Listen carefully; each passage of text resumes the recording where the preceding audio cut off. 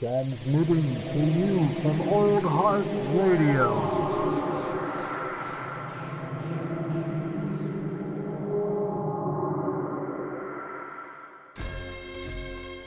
Prepare to have your bones chilled and your hairs raised.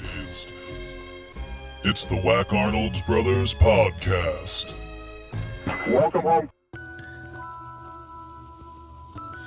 All right, guys. Oh my gosh, it's here. It's number 21. Number 21. And obviously you've read the title. Yeah. If you didn't. Yeah. So we're doing Friday the 13th, Part 8, Jason Takes Manhattan, which we at this point, we haven't reached the bottom of the barrel yet. I feel like Part 9, Jason Goes to Hell, you're definitely bottom of the barrel, and then Jason X is like past the bottom of the barrel. But having said that, we're going to do something a little differently this time, guys, because although I'm sure some of you have seen a lot of the other movies we've talked about, I know this is a movie that like plenty of people have seen. So rather than doing like a normal play-by-play of it, like we normally do, we're kind of just going to talk about things that we liked or didn't like, talk about the kills, things that worked or didn't work. It's just going to be a little different. So hopefully you guys, like it for what it is. And if not, I understand. But yeah, either way, for what it is, I love this movie. It's like a guilty pleasure of like the franchise. Like I always enjoy this movie. Definitely. I would say this is not like it's not like like you said, it's not the top and it's not the bottom of the barrel. This hits in a really particular like zone where Jason has become this like the character that we know him as, right? Like this like over the top character. And so it's just like, to me, this movie is like, what can we do with him? Mm-hmm. And they pull it off so fucking well. Although, like, I'll say what hooks you right away of this movie is the intense, like, go through of Manhattan that you get. Like, right away. There's this shot in like during the opening sequences of this movie, the opening credits of this movie, where it's like this dude gets robbed and this like the guys that rob him like take the money and like throw his wallet into like this barrel of like, oh my god, like filthy water, and there's this rat that crawls out of the barrel and just hangs on the rim, and they focus on this rat for so long. I remember cracking the fuck up about it. I remember like reading somewhere where people were really upset with how they depicted Manhattan at the beginning of this movie, where they just make it look like this awful, seedy, like terrible place. I imagine this is what Gotham City would look like, for sure. I was going to mention this later, though, because one of the biggest digs on this movie is the fact the title is Jason Takes Manhattan, but they don't. It's an hour and 4 minutes into the movie when they make it to Manhattan. Like, so they're only there for like 20 something minutes. So that's like one of the biggest knocks on it. That was like one of the biggest mysteries to me when I remember first watching this movie. I was like, why is it so concerned with being in Manhattan for a movie that's not really in Manhattan for such a short period? Because like, if it would have been like Jason Takes SS Lazarus or whatever, like that would have made more sense, because the majority of the movie's on that goddamn fucking cruise ship. So yeah, which is like a while. Like that cruise ship has like many rooms, endless rooms. It seems like, because there's a space for every activity. right. But yeah, man, this the Friday the 13th franchise is probably one of those like most known as well as like longest running. You know what I mean? Because they still technically make like additions to it, right? Like even like newer ones are still Friday the 13th. Well, I guess they're not, like, even though it's been a while. It's been a while, I guess. But well, because they were just like in a really long standing like legal battle over the rights to the movie, and it actually just got resolved like within the last like 2 weeks, where Victor Miller, who worked on the first movie and like quote unquote created the character of Jason, he just got the rights. So that's why there hasn't been one since the shitty, well, I guess it wasn't super shitty, but like the remake that happened in like 2009. Yeah, there hasn't been one since then. So like, but that doesn't mean we're going to get another one soon, because there's still a lot of like they'd have to deal with. But anyway, but yeah, like you said, it's been around forever and it's iconic. Yeah. And one thing is, like, around this time of the movies, they always have this way of like, however he got killed off in the last one, in the next one they like find a way to like bring him back to life, and they do it here. But it's so funny to me because in number 7 at the end of the movie, it's the one where he gets taken down by like the girl with the like kinetic powers. But here, when he gets woken up, like, because when he gets dunked into the bottom of the water of the last one, I love how like he's like in a different spot at the beginning of this one, because there's all these power lines that are by him that weren't there at the ending of you know what I mean? Yeah, that was like the funny thing is like it was like it's just all of a sudden like these power lines that just happen to be running by him now. Right. Because like, as you guys know, like, or if you don't know, there's like 2 kids on a houseboat that are, you know, getting frisky, and they throw an anchor over, and it hits and cuts these power lines that send electricity through the water and bring Jason back to life. Which like, would definitely happen. But that's the thing. That's the thing. Again, though, like the thing I love is that like the character at this point in time is like a character that you can do anything with. True. And people are just going to accept it because it's fucking Jason Voorhees. You know what I mean? Good point. I also have to mention that like he doesn't have a hockey mask, like when he gets on the boat, that's when he picks up the hockey mask that the character Jim had and puts it on. So it's like, of course, there just happens to be a fucking, like, that was their way of explaining, like, how this is how we got his new mask. You know what I mean? He's always got to have, well, not always, but it's good. It's good when he gets a fresh one, we'll say. And one more quick thing I'll say is that in the last couple of movies, they did a really good job of showing how, like, in each one, Jason got more and more, like, gross and decomposed, and, like, because in the 5th one, like, it's not really Jason. It's, you know, they bring him back and Jason lives, and he had been buried for a while. So he comes out and you can see parts of him exposed and he's all gross. And they carry that on. But on this one, he's even more gross because, like, he's all slimy and wet from being in the water forever. You know what I mean? Yeah. Like some of those first shots of, like, you know, him clawing up the side or like whatever. You're just like, oh, you see pieces of him and you're just like, oh, like slimy is a great word for him.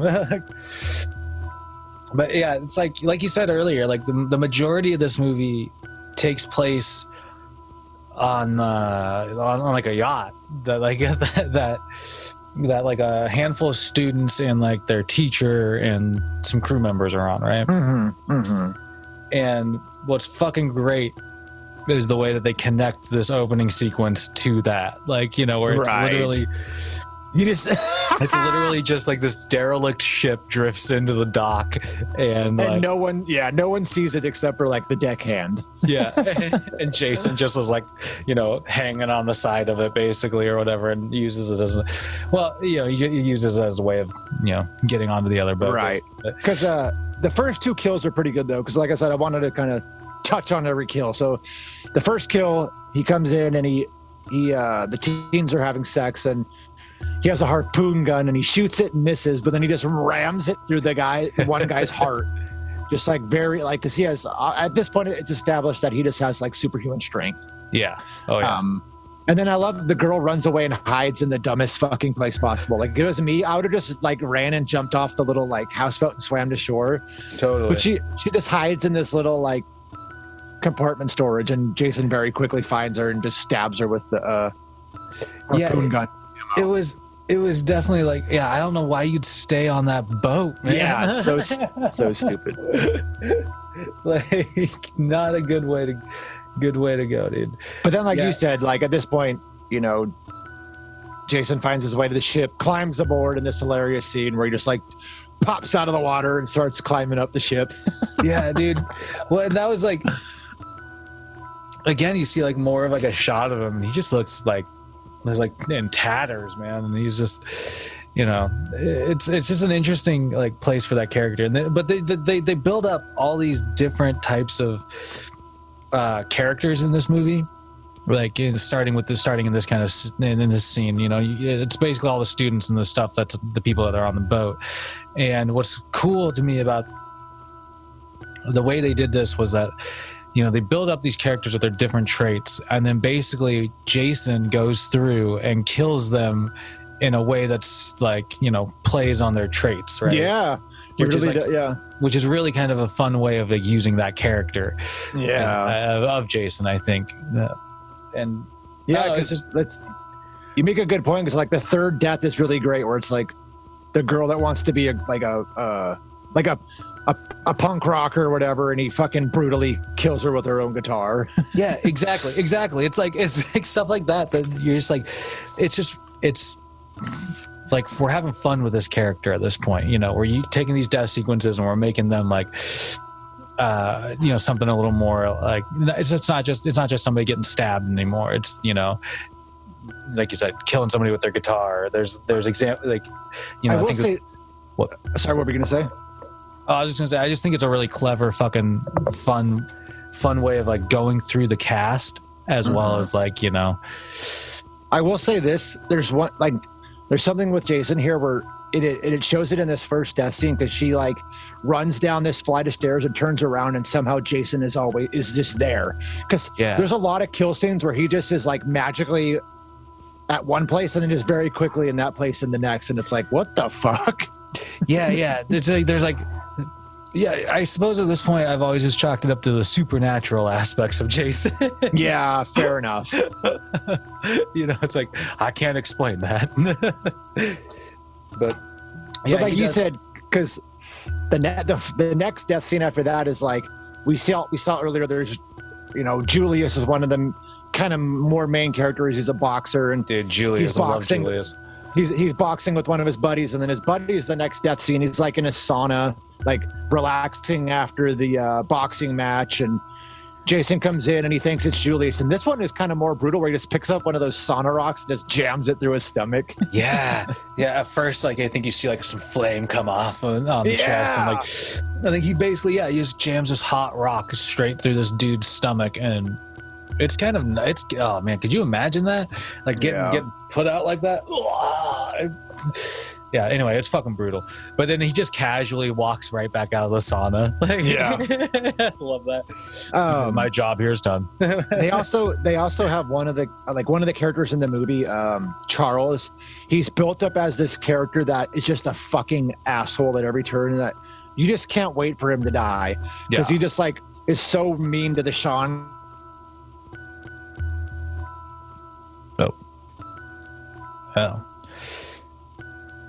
Oh no. Damn, froze. No. Shit. Oh, there you go. What? Back. Oh, it froze. Oh. But he's just a douchebag. Like he's just like this older, he's like the, you know, running the whole cruise, you know, and Charles McCullough, and he's just an asshole. He just and that's like his character comes off like that, and I feel like in almost every time you see him. Totally.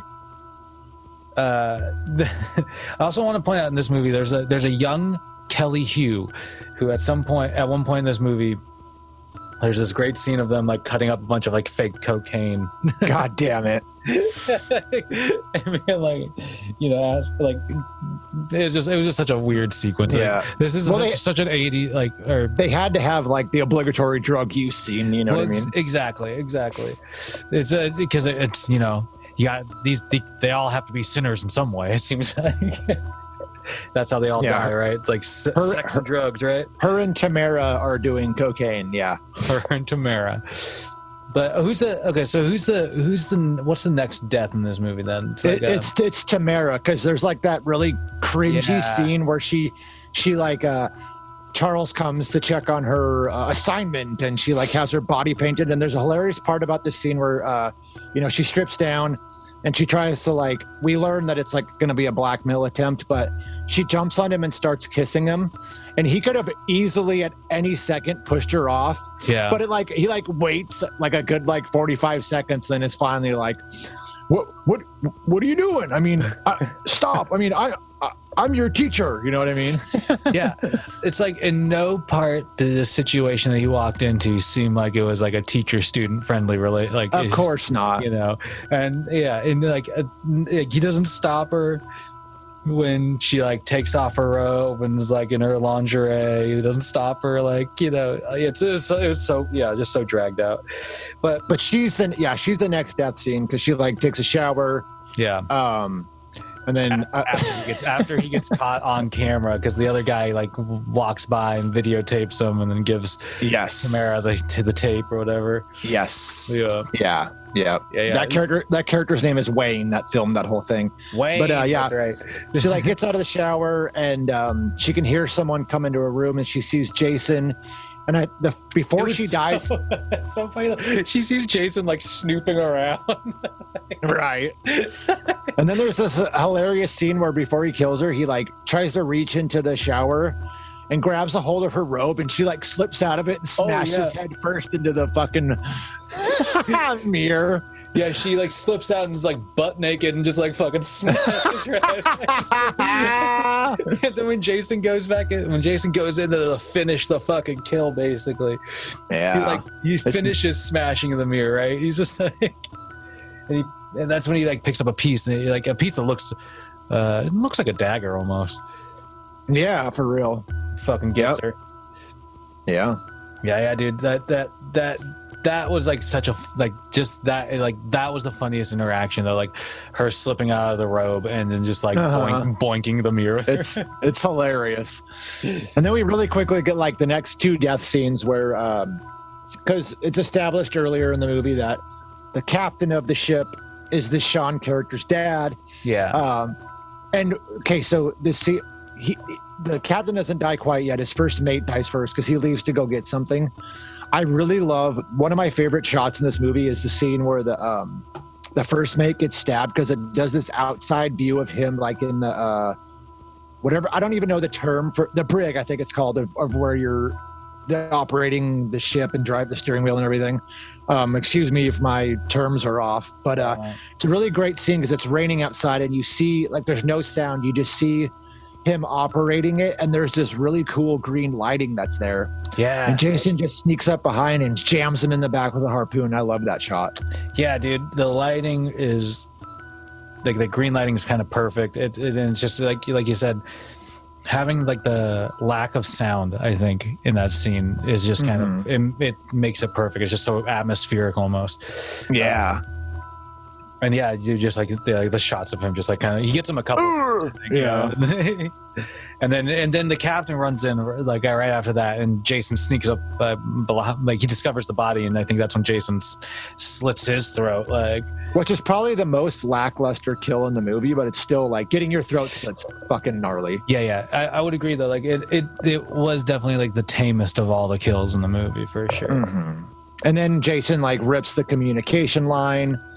And we get another scene where, because before then, Sean like calls everyone in there to like let them know. And there's another scene of Charles just being a fucking dickhead, like basically like Jason's not real. Like it's, you know, like he's just a fucking dickhead. Yeah, like 100% all around.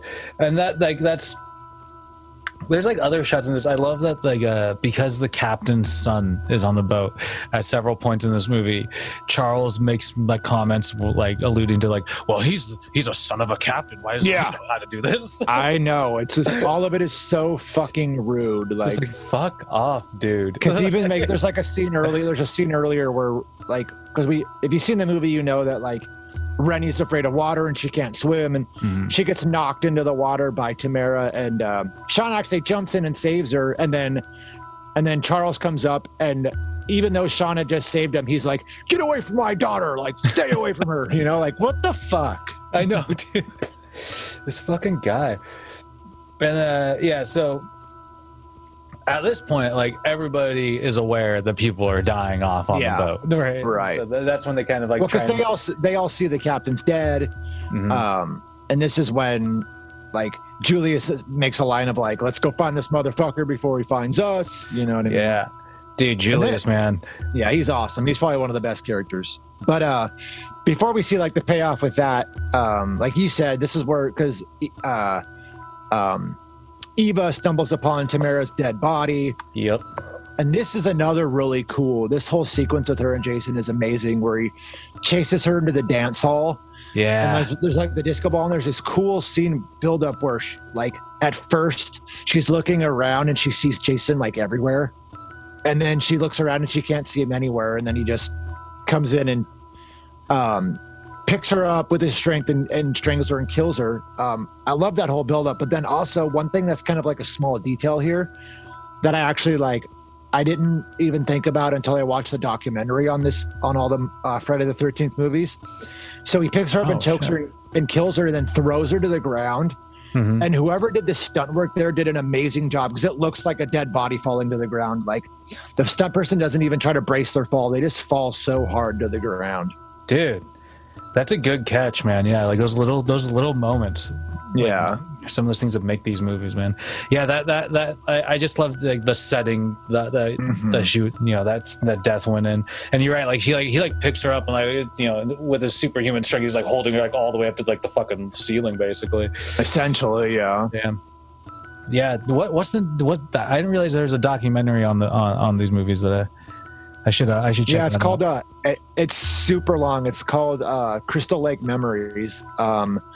And it's literally like 3 or 4 hours, and it's cast and crew from all the movies, and they go through like in chronological order of all the movies and talk about aspects of the movies, and there's interviews with cast and creators and everything. It's fantastic. Yeah. Dang. Yeah, that would be worth watching, man. Yeah, it's awesome. Yeah, so that's like so at this point, like, I think the next death is Wayne, I believe, right? So Wayne with his camera. He's always got his camera. Because everyone at this point is like, they grab a group of the people, grab all these weapons, you know, because they know something's going down. Yeah, Julius shows up with all these fucking like all the axes, shotguns, and a rifle. And like everybody picks something, and he goes like this really like drawn out shot. He's like, I'm gonna take, or he's like, somebody's like, you're not taking anything, and he goes, I'm taking nothing. And he picks up a gun and he goes, but this gun. And he cocks it.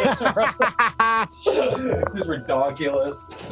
But yeah, Wayne dies next. And there's like, it's cool. There's another cool shot here where because he still has the camera, like you said, he accidentally shoots like a worker.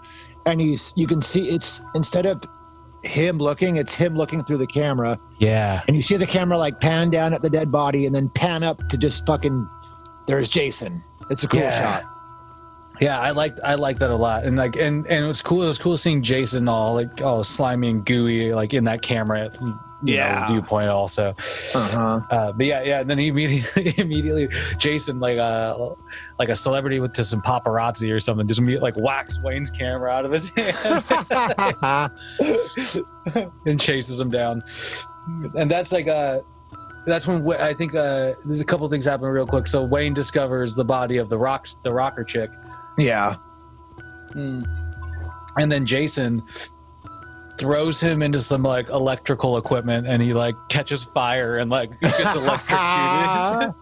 Yeah, and it essentially leads to, you know, the downfall of the ship. You know what I mean? Yeah, like, but it's just so great though, because in like such fucking great, like, I don't know, in such a great sequence, like he like throws Wayne, and like literally as Wayne like, and this was like part of the stunt work probably, but like as Wayne like hits the electric equipment, like his pants catch fire.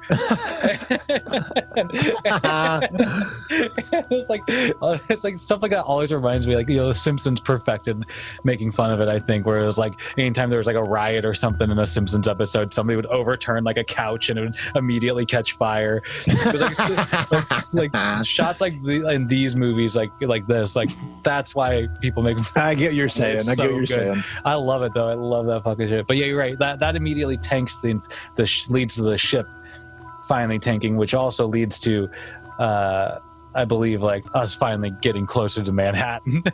Right, but there's a great, like, the fire alarm goes off, and then Sean and Charles are talking again, and the other teacher's there.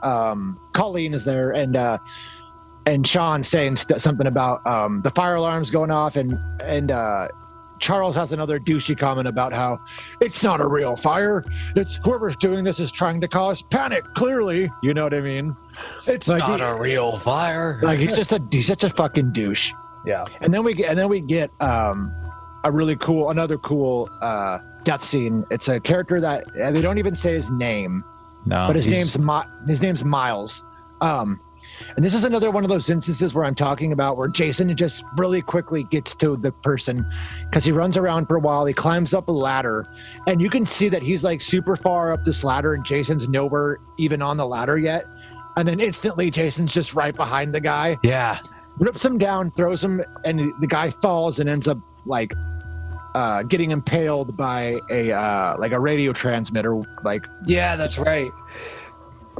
But you're right, dude. That's like it happens multiple times in the sequence. It does. So like he starts out and then Miles, like, they have like a scuffle and Miles loses his axe and then he runs, and then immediately where he runs, Jason's there. Yeah. And then he runs over to that ladder, starts climbing the ladder, and then a moment later, Jason's right behind him.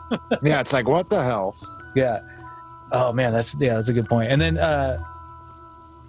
he also not that it's a death, but he throws like Julius overboard. I think in this sequence too. Just fucking dumb. Yeah. But yeah, it's like the physicality of Jason's presence. We got speaking to Kane Hodder. He brings such a great physicality to Jason. And like that, and just his stature and his like the things down to like the way he walks as Jason. It's iconic. All bleed into the iconic aspects of that character, man. That was the 10th death scene, by the way, already. There's also like a couple other things that happen where Rennie's in her room and it's a cool scene where there's like the little like nautical window and Jason busts through and tries to grab her and she stabs him in the eye with the pen she was gifted earlier. But I will say there's something funny here where she has a couple of visions throughout the movie of like a little kid. And the first time you see him, it's just a kid that looks normal. Then the second time you see him, it's a different looking kid that has some slight deformities, like, because they always say that like Jason was like a deformed kid or whatever, like a retarded deformed kid. Yeah. But she has all these visions, and every time she has a vision, the kid looks different. I'm like, what did they have? Like different effects teams or something? Like, how do they not get that right? I was wondering that too. Like when watching this, I was like, what's the inconsistency there? It didn't make any sense. Yeah. And it's like they've done shots in other movies where they've shown, Jay as a child, with like his makeup job, like the makeup job that they've used for his character and stuff like that. Yeah. And it's like, why not just like apply that to this? It's just, I don't know if they were being lazy or they just weren't paying attention, but it's very inconsistent. Yeah. There's also at this point, the ship starts flooding and there's like a group of kids that we assume get killed off screen because you see Colleen like herd a group of kids into a room and then you see Jason looking at them through a window from outside, and it never shows any of these death scenes, but if their death scenes are added in, then his body count's a lot higher in this movie. Fair enough. But yeah, you're right. I mean, like I would assume at this point that that's what happened, Mm-hmm. But yeah, so now the ship's flooding. And then it's not really a death scene per se, but we see the 11th death where it's like the deckhand stumbles forward and he's got a machete in his hand and Charles thinks that he's about to attack and he's going to shoot him with a flare gun, but then he right, because this whole time Charles thinks that the deckhand's like this lunatic, like he's the one that did it. Yeah, but Jason. We quickly learn that this deckhand's dead and has an axe in his back. Sorry. This is when we're now, like you said, we're getting closer to Manhattan because Charles, Colleen, Sean, and Rennie get on the lifeboat, and Toby's on there too somehow, the dog. And then as they're like, Toby. And then there's a really cool shot of Jason like looking down at them with an axe as they're getting in, and then I love how Julius just pops up out of the water out of nowhere. Like you would think he would have hypothermia at that point. Yeah, he's been in there for a little bit now. And then what also is another inconsistency that I guess isn't necessarily important, but as they're like paddling away, you can notice that like Julius is noticeably dry.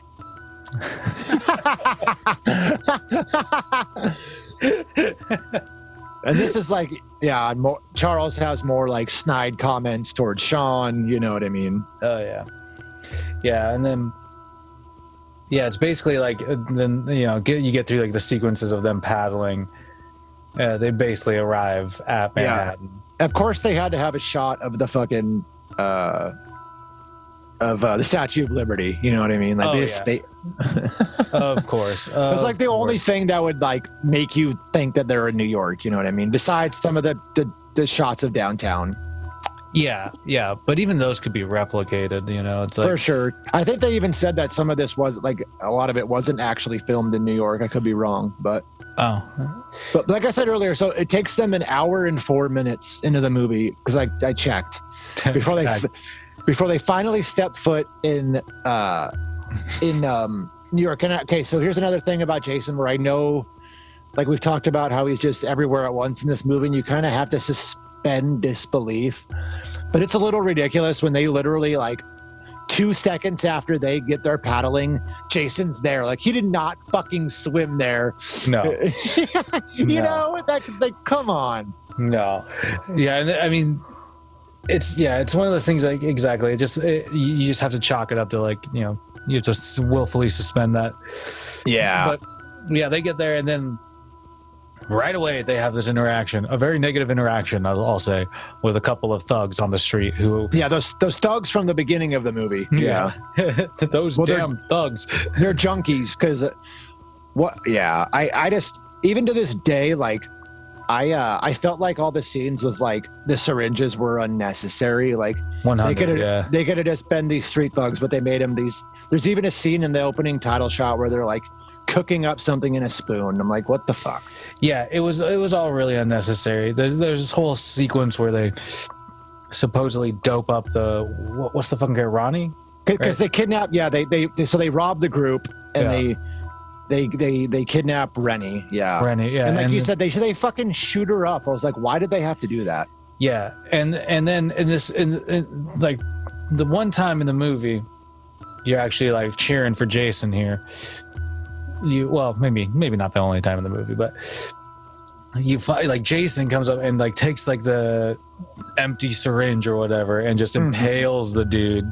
Yeah. It like goes through from his back through his fucking chest. It's awesome. Yeah. Like he basically just rams that thing through the dude, which is, and then he subsequently kills his fucking homie also. Yeah, his buddy walks up. He's like, because the guy like, here's the thing. So they kidnap her. Real quick, I gotta say before they after they do this kidnapping scene, Charles has the great idea.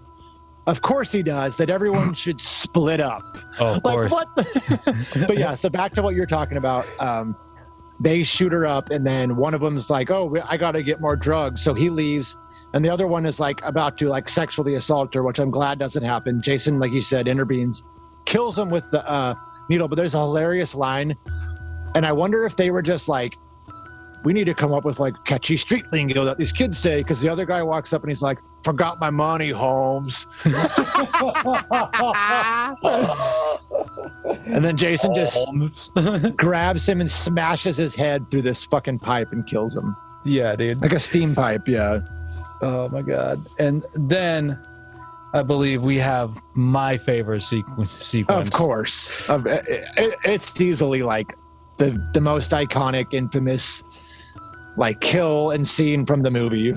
For sure.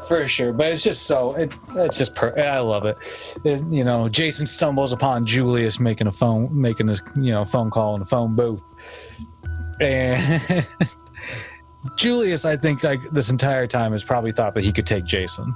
Of course. You know what I mean? They reference him as being an undefeated boxer. Yeah, he's undefeated. Yeah, and so he does, dude. Like Jason chases him up to a rooftop, basically, and he just starts swinging on the motherfucker. Yeah, Julius. Just like this endless barrage of punches. Yeah, and like literally, like he like keeps like to the point of exhaustion, which is like he's like knocking him, and his hands are all bloodied because he's just been punching Jason's fucking hockey mask and shit. Right. And then I love it, dude. He gives Jason one shot. He's like, take your best shot or whatever, and take your take your best shot, motherfucker. And Jason does, dude. Jason literally It's amazing. fucking punches his head off. I love that shot. He punches his head off. It bounces down like an angled roof into a dumpster, and the dumpster closes. Like, that's such a great shot. It's amazing. So good. It's so good. Yeah, I fucking love it. But the fate of Julius, man. You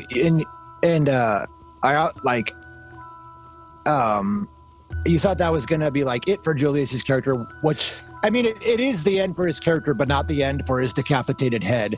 Because like, the next like death scene we have is the group meets back up again. They have a police officer, and they like hop into the police officer's car, and right when they hop in on the dashboard, Jason had put Julius's fucking decapitated head. Oh yeah.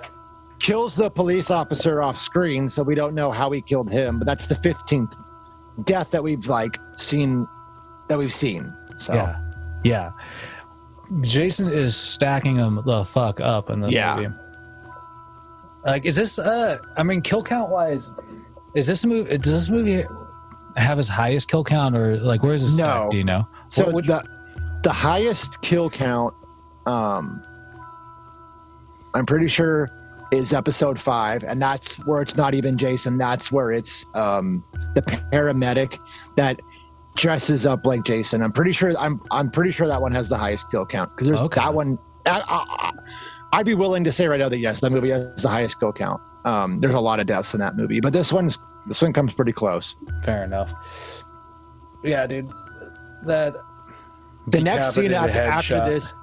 So. Yeah, it's gruesome. And then I love the next part. Like, we don't really need to talk about it too much, but like Rennie gets in a car, runs Jason over, smashes into a wall, and then we get one of our favorite things we love to talk about on this podcast: a car fucking exploding and blowing into bits. Oh my God, dude. Yeah, with Colleen in it. Yeah, dude, it just immediately bonks that fucking the cement barrier, and it just like. It's a flame, Of course. As soon as you see that first flame, it's like we're gonna have an explosion scene here. Like, did they really have to do that? Like, the car just like in grand fashion. Like, how many times have we talked about that now? It was one of those fucking tropes that was just like, not only in action movies but in horror movies. God damn it. Yeah, and it still hasn't fully gone away. It's true. But now we're coming up on, we get some, if you haven't seen the movie, there's a great Rennie has this flashback of when she was a kid, and this is where she has this like repressed memory of why she's afraid of water, and we get another douchey fucking scene of Charles throwing her into the water and trying to make her swim. Yeah, dude, Charles, man, like that's the thing about it. It's like, you really you don't want him around at this point in the movie. You're just kind of waiting for his death, like what kind of demise he meets. And it's satisfying. It is satisfying. Oh yeah. You want to talk about it? Well, so I mean, it's just it goes from, like you're saying, that like kind of flashback to clearly Jason's discovered where he's at, right? Well, because Jason had just been hit by a car. He's on the ground. Yeah. This is where finally like Sean and Rennie like run off without like Sean without even Charles. push, because through the whole movie there was like a couple different times where Charles would like look at Sean and be like, leave her alone. So I thought it was kind of cool that Sean pushes him down and says the same thing, like, yeah, well, and then Jason pops back up, and they're running away, and Charles is on the ground. Yeah, and basically Jason, like, he runs and Jason follows him for a bit, like through like an alley. Like, all the alleys in New York in this movie look so wild, like so gross. Yeah, they do. But then doesn't he throw them? He at first throws him out of a fucking it's another warehouse scene window. Where like he's behind him. Charles runs up into the second story, and somehow Jason's already there and throws him out. It's like, God, how many times do they have to do that? Yeah. and so then it's like, then you see it like Charles, he's like all kind of bloodied, and he's like trying to get himself up off the fucking pavement. And Jason just picks him the fuck up and starts like, then drags him over to this disgusting looking barrel of fucking liquid. and just straight just fucking drowns his ass in it, like kicking and screaming. He's just, it's great. It's so great, dude. You're happy when that happens because you're just waiting for that character to die. Exactly. Just waiting. Exactly. It's so satisfying. And then we get this is where I feel like they utilize this is the most we see of quote unquote Manhattan, where we don't need to talk about everything that happens because they run through a subway. There's 2 parts to this chase scene because they go through a subway and they knock them onto the subway lines and incapacitate them. And they go back up to the streets. They run through a diner.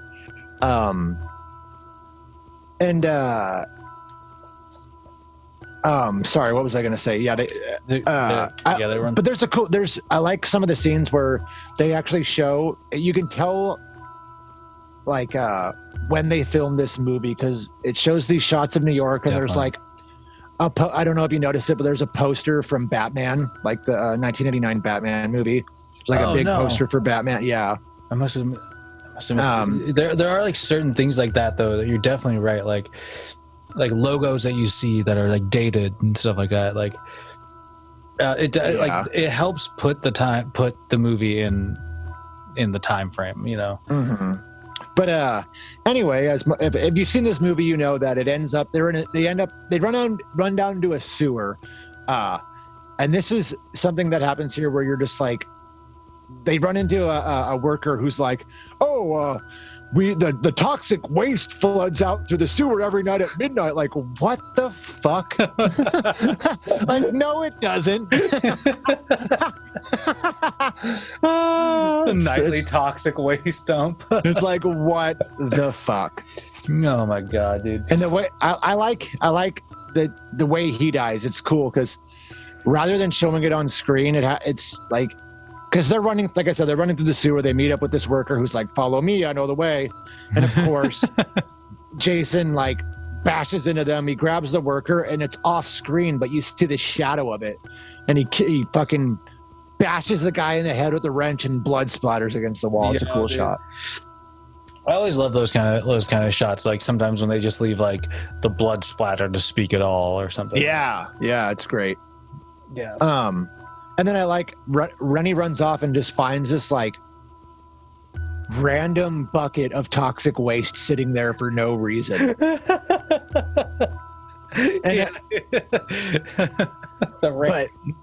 This is one of the best shots of the movie, practical effects wise, because this scene always sticks with me where she throws the barrel of waste in Jason's face and he pulls his because I said, I've said this multiple times now throughout the movies, he gets grosser and grosser, and they've shown his face very quickly in multiple movies now, and it always gets progressively gnarlier and gnarlier after he loses an eye or gets more cut up.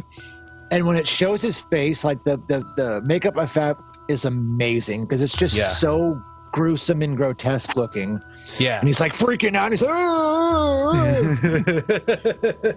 he's great makeup work. One of my favorite shots of the movie.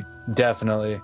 Yeah. It's fucking grotesque, man. It's he's missing pieces of his face that oh my God, it's just not natural. No. And you just, I don't know. It's just to think that that is attached to something that's functioning is just so fucking wild. Yeah.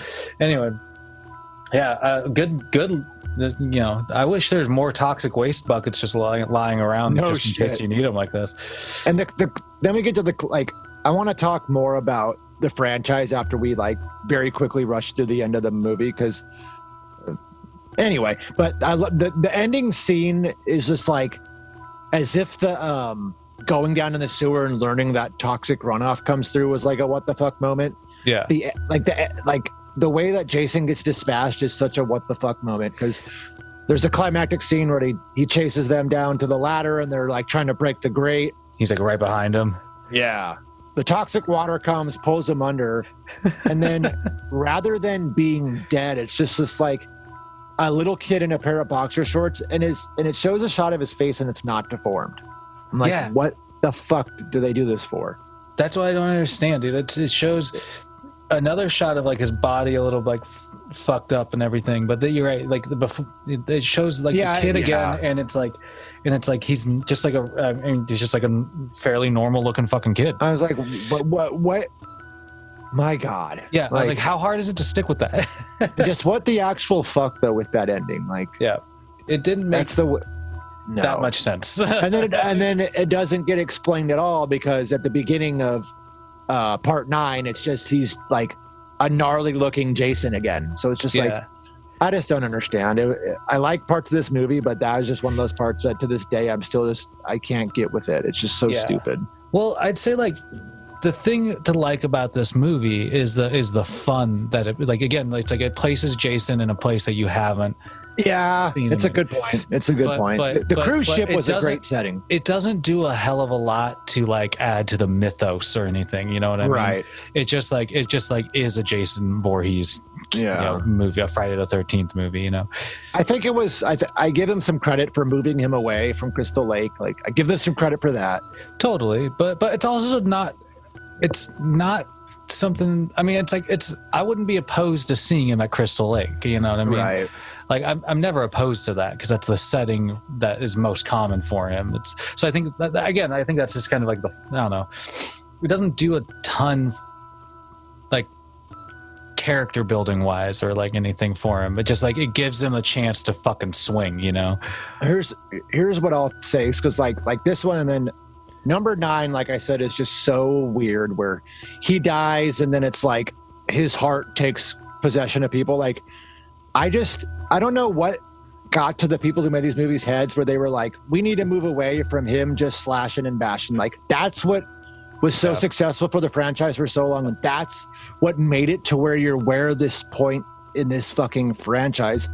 And I give them credit for trying new things, but I just felt like it was just too much. Like, I don't know why they tried to stray away from that formula. Because the 9th one that movie is awful. I'll watch it. Like, I'll still watch it. It's like when they did like that Freddy Krueger movie, The New Nightmare or whatever, and it was like about like the claw being possessed by Freddy or something. I actually love Wes Craven's New Nightmare, but I get what you're saying. It's like I can see it working for. I guess I can see it maybe working for Freddy better than Jason that way, where it's like a part of like somehow he's like this character's possessing this or possessing other people. It doesn't work for Jason. You know, that's not really what happened though. But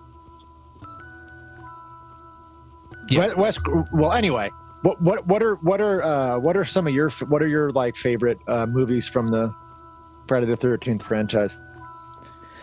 Oh man, I mean, honestly, I just like I do enjoy this one. I've always enjoyed the cover of Jason Goes to Hell more than the movie itself. Yeah, the cover's classic. The cover's iconic. The one thing I will say about that is that movie sets up the Freddy Jason interaction that you want so fucking bad. And I remember like whoever saw that coming, and then I mean it took a long time before they finally made that movie, but that is one of those shots at the end of the movie where we're like, did they just really do that? Exactly. That's a good point. You know, I've always been a huge fan of crossovers, and like so like that was like one of those moments where I was just like, oh please. That was so unexpected. Like, that's a good point. That's a good point. But you know, I would say like, you know, I don't remember like certain ones that well. I guess I don't remember 5 as well as I thought I did. You know, having you mentioned it, but you know, I would say I definitely wanted, like, I love the first couple for their endearing qualities and like how they started the franchise, but I love the latter ones as well, because it's like, to me, they've finally hit like, it's just they created this. It's like they created this character that was only supposed to be, or they created this idea of this movie that was only supposed to be like a slasher movie. You know, it's supposed to be about, and it became this huge thing and this iconic thing where it's like, you know, by the time they were making some of these later movies, Jason Voorhees was appearing on talk shows and shit. Like true, you know? And so it took this horror franchise, this horror character, and just made him a household fucking name, you know. That's true. And that's like one of the things I've always just loved about the series, this series of movies in general. But That's fair. I mean, like if you had to pick your top three, what would they be, David? Oh, my top three are 3, 4, and 6. So I know. Okay, I know it. Like a lot of people's favorite is the first one, which obviously it's a classic, and it's so much different from the rest. Having Pamela as the killer, I don't know, something about 3. A lot of people don't like it. I love 3. It's just, I don't know what it is about it. I've seen it so many times, and then 4 is like one of the most iconic ones with the introduction of the character of Tommy Jarvis. Tommy. And then I love 6, Jason Lives. I am diehard for that movie. I probably seen that one the most times. It's just, I love that movie. Everything about it. What's that? Do you know what the kill count is in Jason Lives off the top? Oh man, I don't know. If I had to guess, I'd probably say like 14 or 15. That could be, I don't know. Okay. I've never like, it's one of those things where this is the first time that I've actually watched through and like, because we were doing it for this, like counted, like, yeah. Because when I'm in the movies, I'm just watching them. That'd be a cool idea to go back and like count every kill for every movie.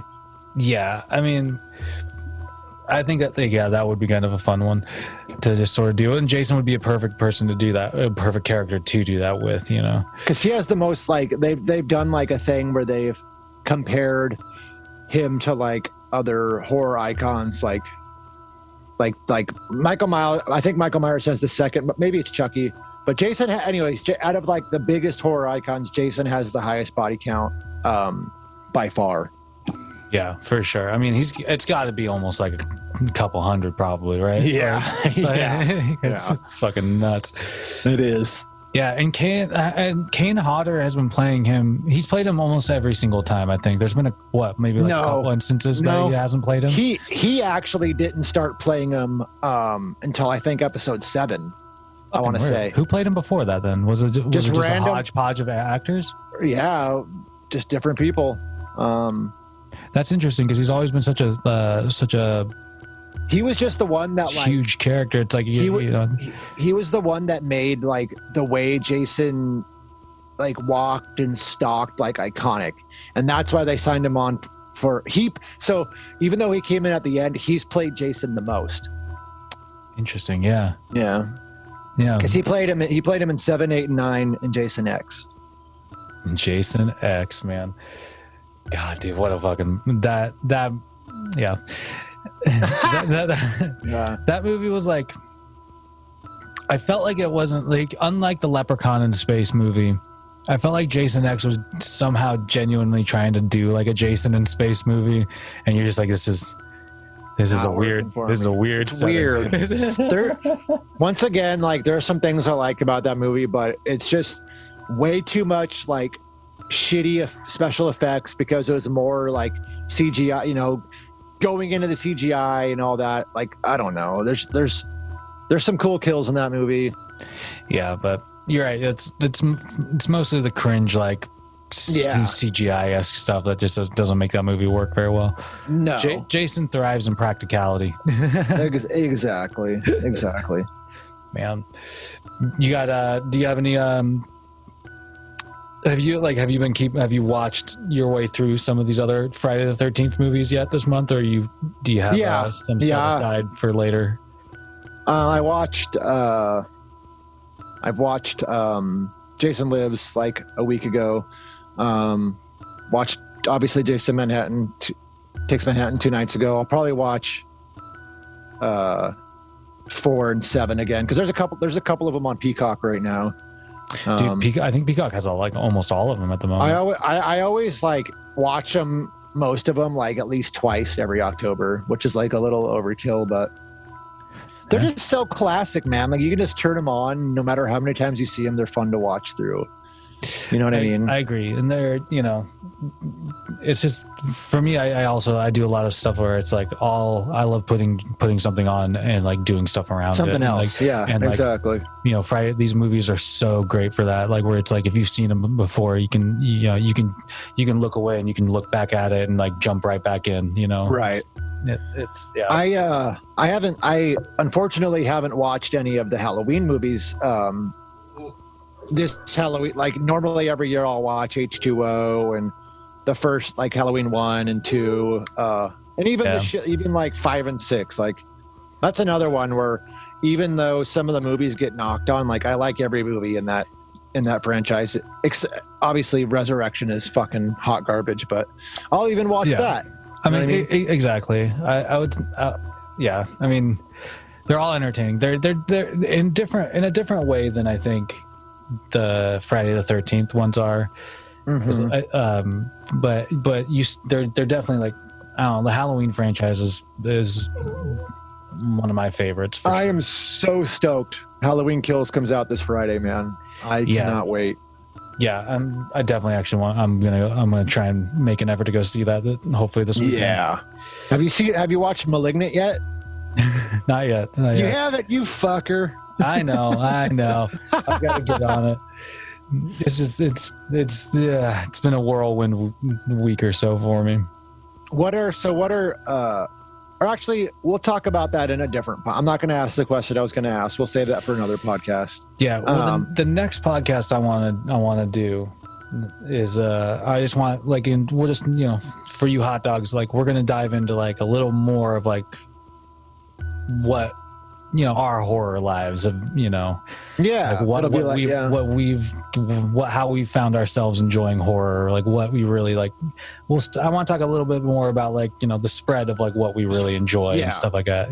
That's gonna be one of like the special episodes we drop this month, is just talking about horror in general, like what got us into it, like because, yada yada. Because though we watch like all these like kind of B-list horror movies and whatnot, like there's also tons that like that's a side of horror, and there's so much else that like of course to talk about and enjoy about this fucking genre. Mm-hmm. But, so yeah, we'll obviously have it like another like regular episode, but that's going to be one of our, just like this is like a bonus episode, that's going to be another bonus episode just talking about horror. So hopefully you guys will look forward to that. Yeah, hell yeah. Well, and sort of like like this Friday the 13th one, I also I think I would love to try and fit in one about Michael Myers, the Halloween tale, but I want to save that till after we go see the new Halloween Kills. Yeah, I agree, because that'll be juicy. Yeah, I'm stoked. All right. Well, I see there. We got another 21 in the bank. Dude, we're officially 2 decades old. Jesus. Man. But yeah, keep coming back, because we're going to drop a couple more extra episodes this month too. So yes, sir. Hopefully we'll just keep that number bumping up. You hot dogs. All right, man. Till next time.